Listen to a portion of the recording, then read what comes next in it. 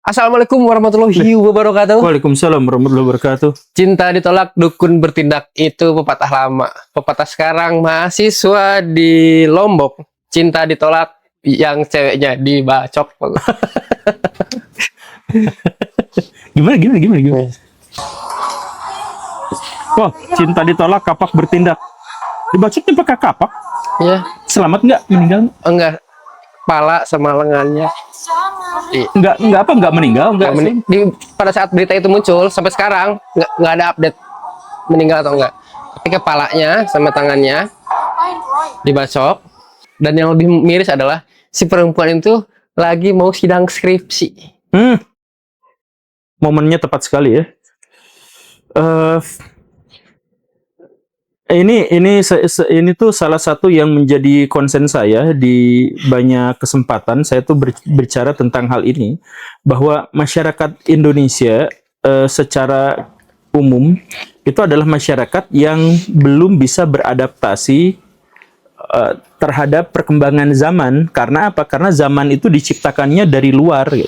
Teknologi diciptakan dari luar, tren diciptakan dari luar, jadi mengakibatkan masyarakat Indonesia itu hanya berkesempatan untuk beradaptasi terhadap perkembangan itu, bukan berinisiatif terhadap perkembangan itu. Gitu.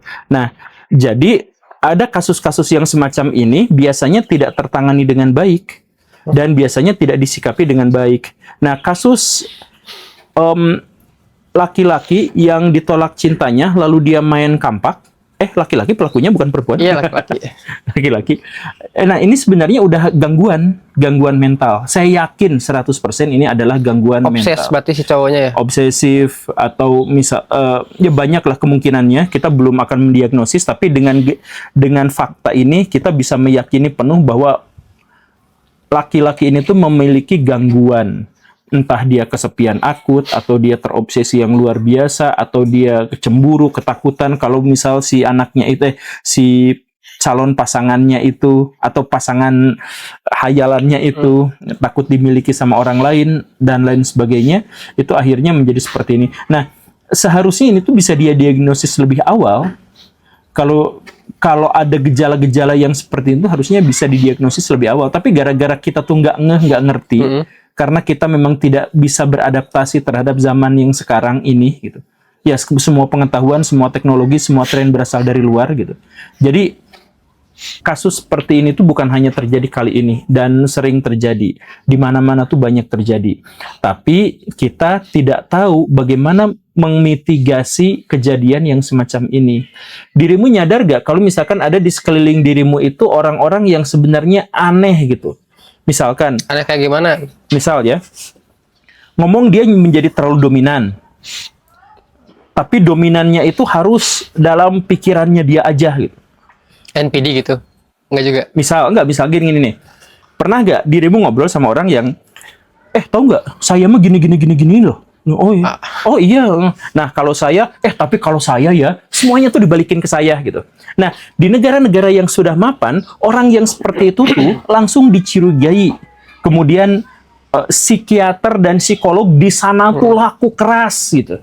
Karena ada gejala-gejala kecil semacam itu juga, itu tuh langsung didatangkan gitu. Atau ada yang tiba-tiba nyamperin, kemudian mengatakan, saya sering kedapatan yang seperti itu. Pak Gembul, selamat ya atas keterkenalan. Kalau ada apa-apa hubungi saya aja. Banyak yang kayak gitu teh. Banyak. Nah, itu seharusnya itu ditangani karena orang itu tuh punya potensi gangguan kejiwaan tertentu. Punya potensi ya. Harusnya didiagnosis dalam studi akademis gitu. Cuman maksudnya dia tuh terindikasi yang seperti itu. Tapi kalau kita bertemu dengan orang seperti itu, orang-orang yang lain tuh cuman nganggap dia mah aneh gitu. Udah titik gitu. Makanya kalau ada kejadian-kejadian buruk yang terjadi seputar kejadian ini, misalkan yang bacokan ini, orang tuh langsung, hah? Kok gini sih orang itu? Gitu. Padahal dari dulu tuh seharusnya udah ditangani kejadian-kejadian kayak gini tuh. Gitu. Ya itu masalahnya kita tuh kalau ada orang yang memiliki karakter lain, memiliki gejala yang lain, paling banter yang kita lakukan itu adalah ngeruqyah.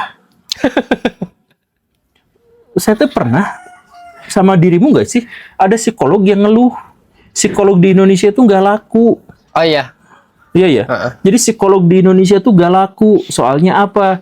Kalau ada gejala-gejala aneh dari kepribadian itu datangnya ke dukun, di ruqyah, dengan cara-cara yang aneh seperti itu. Kemudian kalau ada yang mau datang ke psikolog langsung dianggapnya sebagai gangguan jiwa gitu. Dan gangguan jiwa itu dianggap sebagai sebuah aib gitu. Padahal gangguan jiwa itu bukan aib. Gangguan jiwa itu harus diatasi dan gangguan jiwa itu kan nggak langsung gila gitu. Ya enggak kan itu tuh apa ya, spektrum gitu. Jadi dari mulai yang paling kecil sampai yang paling gede dan seterusnya gitu. Nah, jadi di Jawa Barat itu setengah warganya mungkin itu mengalami gangguan kejiwaan gitu. Mungkin kenapa psikolog nggak laku tuh karena pendekatan dahulunya tuh adalah yang ke psikolog tuh orang gila. Padahal orang gila tuh karena gila sama ODGJ itu beda ya, beda. Sekarang udah diistilahkan, jadi jangan nyebut gila karena itu ya panjang lah ceritanya. Tapi jangan sebut itu gila, jadi aja gangguan kejiwaan. Karena gangguan kejiwaan itu bisa sangat luas dan beraneka ragam gitu. Ya berarti kalau misalkan dari kasus yang tadi si mahasiswa yang ngebacok perempuan yang menolak cintanya, menurut pengalaman pribadiku kayaknya dia tuh tidak bisa menahan rasa sakit. Dan bisa rasa sakit terhadap itu jadi sampai nekat segitunya ya. Aduh iya, tapi jelas ya si laki-laki yang ngebacok itu iya, tapi kita sayangkan maksudnya kejadian dulu seperti ini tanpa dihindarkan sebelumnya. Padahal kita tuh punya kesempatan untuk menghindarkan kejadian-kejadian seperti ini dari melihat perilaku manusia sebagai bagian dari studi ilmiah, bukan dilihat sebagai masalah pribadi yang urusannya adalah kejiwaan, jiwa jadi gila gitu. Itu. Tapi kan kejadian yang tadi itu di kampus ya, Pak Guru. Banyak juga yang komentar bahwa beberapa kejahatan yang dilakukan di tempat umum disaksikan orang tidak mendapat dukungan. Jadi banyak yang komen bahwa itu laki-lakinya kok pada ngebantu, itu orang kok lagi di jalan dibegal nggak ada yang ngebantu. Itu karena apa? Karena takut kah? Atau karena kehilangan empati kah? Atau karena orangnya juga ngerasa kayaknya ini nggak aman nih kalau misalkan gue bantu nih? Nggak, posisi ngebantu tuh kalau ada gini nih. Jadi masyarakat kita itu adalah masyarakat komunal. Harus dipahami bersama ya. Masyarakat kita tuh adalah masyarakat yang komunal. Nah, salah satu ciri dari masyarakat komunal itu adalah kalau ada pertaruhan di depan, maka tidak akan ada yang maju sebelum ada yang memulai. Jadi kita tuh kayak piranha. Nah, masyarakat komunal tuh kayak piranha. Jadi sekali ada yang maju, semua bakal gitu ngebantu semuanya. Tapi bagian semuanya nengok doang sambil naik motor nih gitu. Yang lain juga bakal gitu. Jadi jadi bakal ragu. Seperti itu karakteristik dari masyarakat komunal, mental komunal. Nah, jadi kok itu ada cowoknya yang nggak bantu sih dan lain-lain gitu ya. Atau ada perempuan yang diambil motornya deh sama debt collector mata elang gitu. Kan banyak kejadian tuh. Nah, terus ini. Nah, kalau ada pertaruhan di depan, itu kan ada resiko kan? Ada resiko perkelahian, ada resiko luka dan sebagainya. Nah, coba saya saranin satu aja dia negur gitu. Satu orang aja negur. Itu saya yakin yang lain tuh bakal bantu. Nah, itu mental. Itu yang pertama. Kemudian yang kedua, masyarakat kita tuh gak hero-hero amat sebenarnya. Gak hero-hero amat. Masyarakat kita itu adalah masyarakat yang tidak berani menegur. Itu karakteristik dari masyarakat kita. Tapi kalau ada yang menegur, baru bring semuanya gitu. Makanya konten saya dan ide saya itu dianggapnya aneh. Karena saya tuh sendirian yang maju di situ gitu. Nah, biasanya kalau pendapat saya udah diterima sama banyak orang, baru ikut semuanya gitu. Biasanya mentalitas tuh gitu. Nah, masyarakat kita tuh gak berani menegur, ditunjukkan dengan apa? Ditunjukkan dengan kita memang ada motor yang kebut-kebutan gitu. Pelakunya bocil. Nah, kita tuh orang berbadan besar gitu, tapi tetap gak berani negur, gak mau cari masalah. Nah, gitu kan, nggak mau cari masalah, itu mah urusan mereka aja gitu dan seterusnya. Tapi begitu si bocilnya jatuh, kemudian dimarahin sama emaknya, baru kita berkomentar di depan medsos atau di depan, nah ini anak kayak gini nih kurang ajar, langsung dibully di medsos gitu, ya kayak gitu. Jadi apa ini? Oh, iya. Jadi masyarakat kita itu masyarakat yang nggak hero-hero amat. Nah, lalu bagaimana dong? Apakah ini menunjukkan bahwa rasa bersosial kita itu semakin lama semakin rendah? Bukan semakin rendah, tapi ini ditambah lagi dengan ditambah lagi dengan fenomena-fenomena yang lain. Misalkan masalah penegakan hukum. Jangan-jangan yang ngebantuin malah dipolisikan. Bisa jadi. Bisa jadi ada kejadian seperti itu. Sempat di Cina tuh kejadian kayak gitu. Selama beberapa tahun di Cina tuh ada fenomena seperti itu. Ada orang kecelakaan di jalan, gak ada yang mau nolongin. Karena apa? Karena pernah ada yang nolongin, malah dirinya yang dituntut. Nah, satu kejadian itu bikin semua orang Cina tuh kalau ada yang jatuh gak mau nolongin. Tahun 2006, seorang pria menolong nenek yang terjatuh dari bis. Bukannya berterima kasih, keluarga si nenek malah menuntut si pria. Dan akhirnya bikin banyak kasus yang malah dibiarin hanya karena mereka takut dituntut dan dijadikan tersangka. Nah, di Indonesia ada kejadian di mana korban itu malah jadi tersangka. Gitu. Nah, itu tuh menyebabkan itu berantai. Akhirnya banyak kejadian-kejadian di mana orang dibegal, orang di tengah jalan, tapi gak ada yang mau nolongin karena buntutnya bakal panjang. Ada kejadian misalkan kemarin polisi digebukin atau apa gitu kan, kecelakaan gitu. Minta tolong gitu, gak ada yang mau nolong gitu. Ya karena masyarakat tuh jadi khawatir gitu. Jangan-jangan saya punya masalah dengan ini gitu. Akhirnya nggak ditolong gitu. Tapi ini mah sesaat sih. Maksud sesaat tuh kalau penegakan hukum sekarang menjadi lebih baik, kalau misalkan ada orang yang berani bersuara maju ke situ, kalau tidak ada masalah-masalah yang akan ditersangkakan terkait para penolong dan lain sebagainya, saya yakin kita tuh akan kembali menjadi hero-hero yang ini. Karena secara umum kita udah dalam masyarakat komunal. Gitu. Ini kalau misalkan kita ngambil dari, kalau misalkan kan banyak laki-laki tuh yang kayak si laki-laki tadi tuh ditolak cintanya tuh. Terus sakit.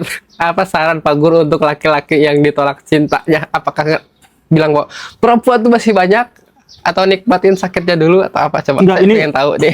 Ini juga sebenarnya masalah yang kompleks. Masalahnya itu bukan sekedar cowok ditolak cintanya. Masalahnya bukan itu.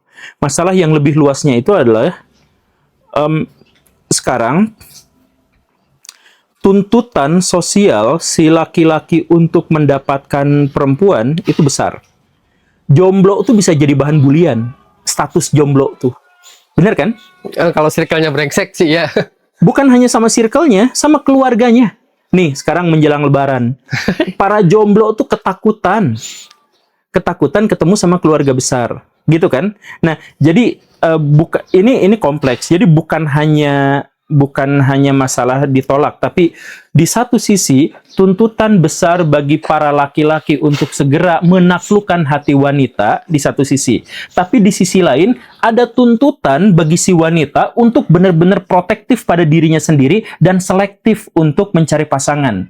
Perempuan sekarang itu jauh lebih selektif daripada perempuan di zaman dulu. Di zaman sekarang itu harus dilihat bibit bobot bebetnya tuh beneran gitu. Apakah si laki-laki ini serius? Satu, apakah si laki-laki ini tidak akan selingkuh? Apakah si laki-laki ini punya KDRT? Ya, tidak KDRT. Apakah si laki-laki ini tuh punya kehidupan yang mapan dan sebagainya. Nah, di satu sisi setiap laki-laki didorong untuk punya pasangan, di sisi lain perempuan sekarang lebih selektif dalam karena yang nakut-nakutin perempuan zaman sekarang tuh lebih banyak. Bener kan? Penderitaan yang disebabkan oleh berpasangan itu sekarang tuh peningkatannya tuh ekstrim, Baraya. Ditinjau dari apa? Ditinjau dari semakin sedikitnya angka pernikahan dan semakin tingginya angka perceraian. Sekarang angka perceraian itu ada di level 1/3 dari jumlah pernikahan. Sepertiganya jumlahnya gitu ya. Coba lihat KUA yang bagian perceraian itu, ibu-ibu, perempuan-perempuan ngantri di sana semuanya. Butuh waktu berhari-hari untuk ngatur jadwal kapan ada sidang dan sebagainya, itu ngantrinya tuh lama sekarang tuh gitu. Nah, jadi dengan fenomena yang seperti itu ditambah lagi semua pembebanan itu harus diberikan kepada laki-laki, tapi semua resikonya harus dibebankan pada perempuan. Beban untuk nembak duluan tuh tetap harus laki-laki walaupun ini tahun 2026. Tetap ya, meskipun ada beberapa wanita-wanita yang berani. Enggak, kalau beberapa wanita yang berani dari zaman Firaun juga ada Iya. banyak gitu yang Iya. kayak gitu banyak gitu. Cuman tetap bebannya itu adalah laki-laki yang ini. Beban bahwa dia harus memberi nafkah itu di laki-laki. Beban bahwa dia tuh harus flexing di depan calon mertuanya itu tetap ada di laki-laki. Sekarang beban rasa takut KDRT tetap ada di perempuan. Beban apa? Jadi kita tuh harus lihat dalam situasi sosial, ditambah ini tuh masalah sosial, ini tuh masalah permukaan. Secara lebih dalamnya masalah apa? Masalah seksual, masalah psikologis, masalah personal, masalah kesepian, masalah kehampaan, dan sebagainya. Ini juga menjadi masalah. Masalah bahwa saya harus dapetin itu, sebab kalau tidak dengan perempuan itu saya tidak akan bercinta selamanya gitu. Ada sampai dilagukan yang kayak gitu tuh gitu. Jadi iya kan ada ya. Nah jadi apa ya, ini sekali lagi ya, masalahnya tuh kompleks, bukan hanya sekedar cinta ditolak kemudian kapak bertindak.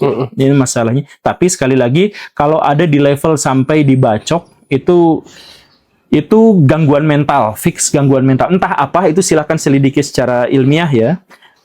Tapi fix itu gangguan mental, patologis. Jadi untuk yang ditolak cintanya, terimakan saja sakitnya selama bertahun-tahun, pada akhirnya sembuh kok. Mungkin ya. Oh, bukan kayak gitu. Jangan terimakan. Justru jadikan rasa sakit itu sebagai pemicu untuk kita berubah menjadi lebih baik. I see. Jadilah Sasuke.